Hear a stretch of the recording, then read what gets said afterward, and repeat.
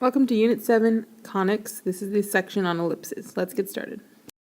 So this is the shape of an ellipse. It's kind of like an oval. We've got this longer piece right here. When it's vertical, this is going to be your A. We've got two new parts to look at, A and B. That's your A, and the shorter piece is your B.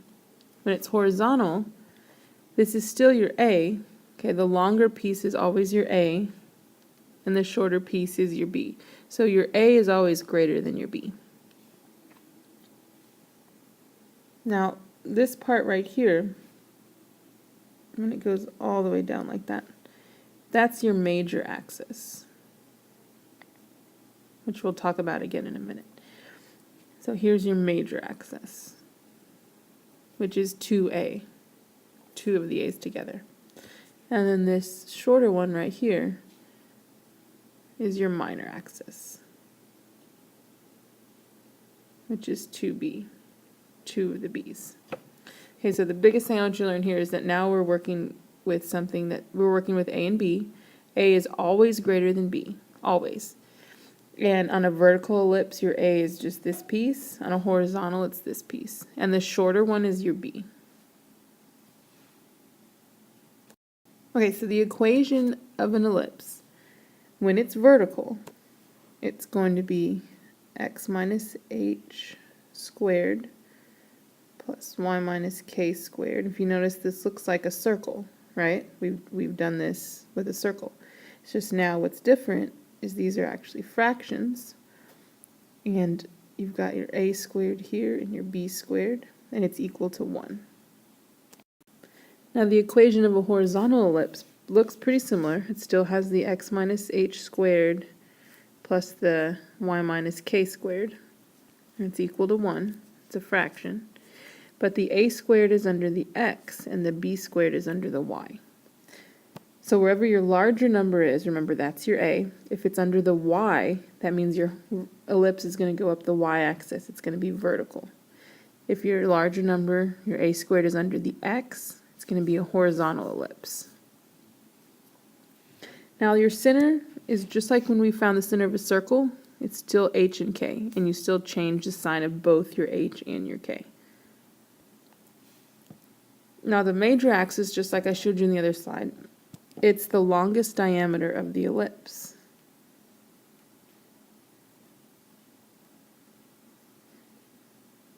And you find it because it's 2a. Your length is 2a. So 2 times whatever your a ends up being. The minor axis is the shorter diameter. So it's the shortest diameter of your ellipse. And its length is 2b. 2 times whatever your b is.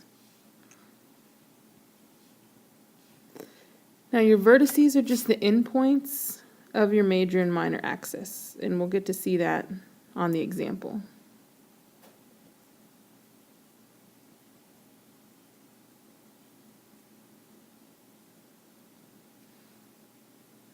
And if you're in the academic class, this is where you would stop. Pre-AP, we're going to talk about the foci. So you have a focus on each side of the center along the major axis.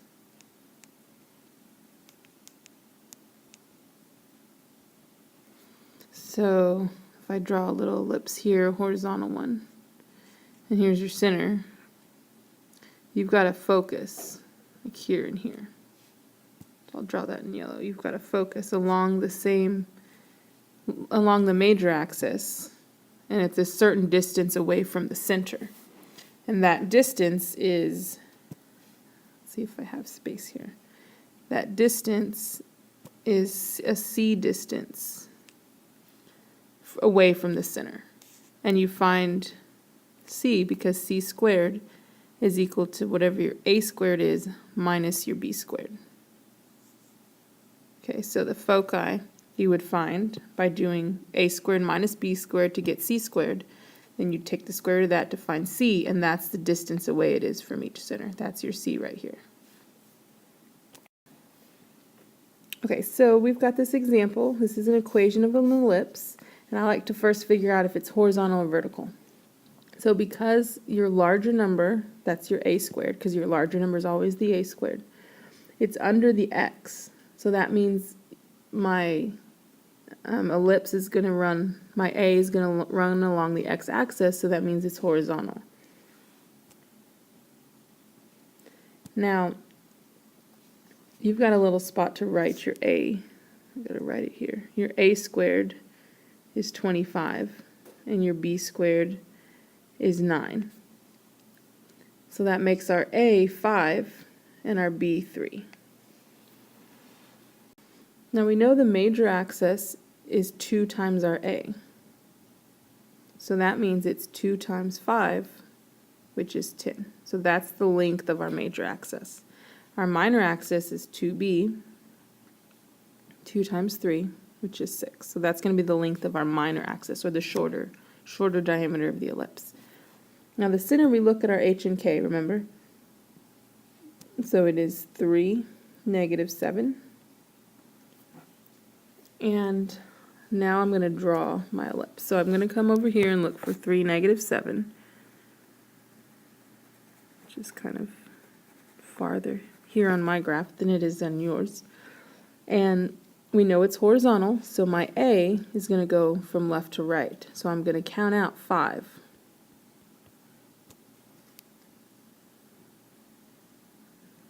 So this is my a, and it's 5 units. And this one, mine goes off here a little bit, yours doesn't. And then my b is the shorter one, so it's going to go up 3 on each side. And now I've got my vertices. All 4 of these points are my vertices, so I could just write the ordered pairs here, which I'm going to do in just a second after I connect my points to make an ellipse. Okay, and these points are -2, -7. That's this point. This point is 3, -4.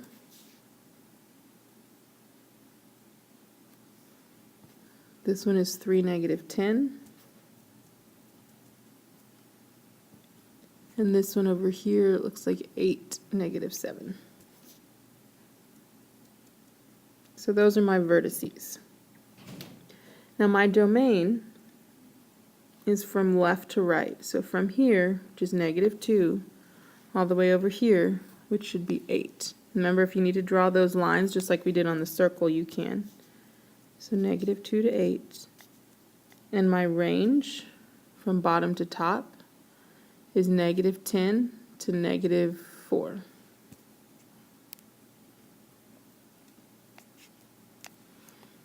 And those are all the things we need to know. And if you're academic, you can go and go to the next slide. We don't need to know anything about the C or the foci. Now, pre-AP, we talked about how the C squared equals a squared minus b squared. So let's see if I have some room up here. C squared equals a squared minus b squared. So we've got 25 minus 9, which is 16. So my c squared is 16, making my c 4. So that means my foci are 4 units away from the center. So here's my center. So if I count 4 away, 1, 2, 3, 4, here is one foci, and then 1, 2, 3, 4, there's the other. So see, those right there are my foci. And those points would be -1, -7. That's this one. And then this point looks like 7, -7. And that's how you find those. So here's our next example that you have on your sheet. X minus 5 squared over 36 plus y minus 1 squared over 4 equals 1. Now because our a squared, remember the a is the larger one, a squared is 36, b squared, that makes b squared 4. So since our larger number, our a, is under the x, it's going to be horizontal. And then since our a squared is 36, that means our a is 6 and our b is 2.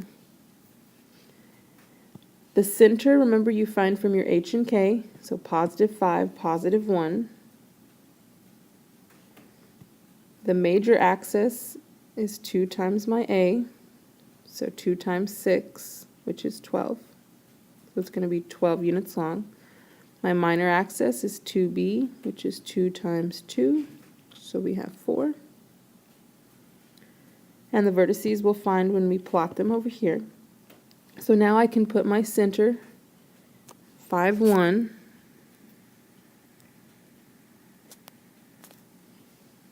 and it's horizontal, so my major axis is going to be horizontal. So I'm going to count out 6. 1, 2, 3, 4, 5, 6. And yours, you can see it on yours, not on mine. And then, so that because this is our A, and so our B is the shorter one, so we're going to count out 2 each way up and down. And then those are my vertices that I just made. I connect my points. There's my ellipse. Remember, this is A, and this is B. So this is my major axis, this is my minor axis, and these points, this is negative 1, 1. That's this point. And this point looks like 5, negative 1. And this point right here is 5, 3.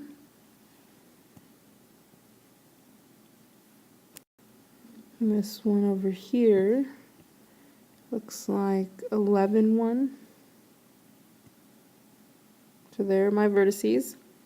And then the domain from left to right, so from here to here, which again you can do with the different colors if you need to. Looks like negative 1 to 11. And then my range from bottom to top, negative 1 to 4. 2, 3, or 3. Negative 1 to 3.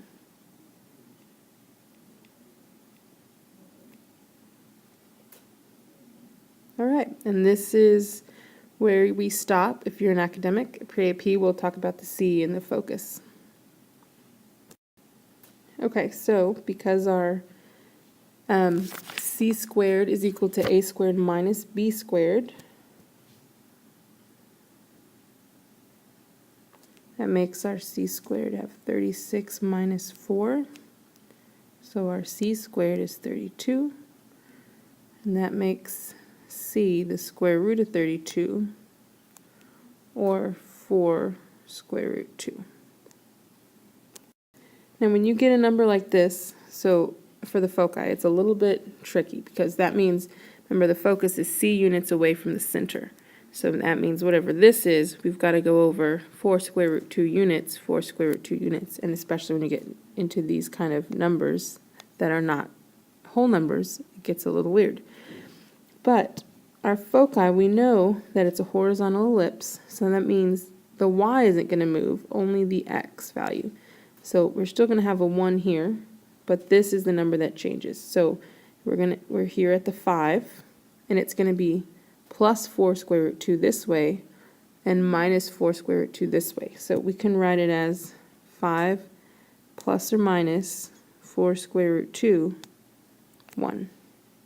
So then we don't actually have to figure out what this point is, or this point, but this is the way you're going to move, and this we're only going to go up 1. So you can write them like that. All right, that's it for now. Thanks for watching, and see you soon.